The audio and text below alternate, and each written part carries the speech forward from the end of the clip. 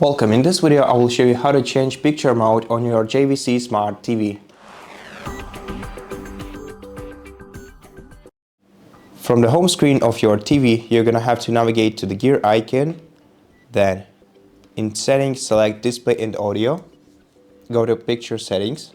Then select an input for which you want to change the picture mode.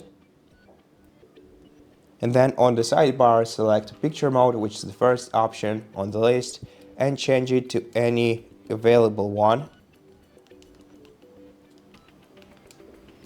And then press the return button to return to the picture settings. Here you'll also be able to adjust additional settings for your currently selected picture mode. And that's how you do it. Thank you for watching this video. If you liked it, please consider subscribing to our channel, leave us a like and a comment below. And I'll see you in the next one.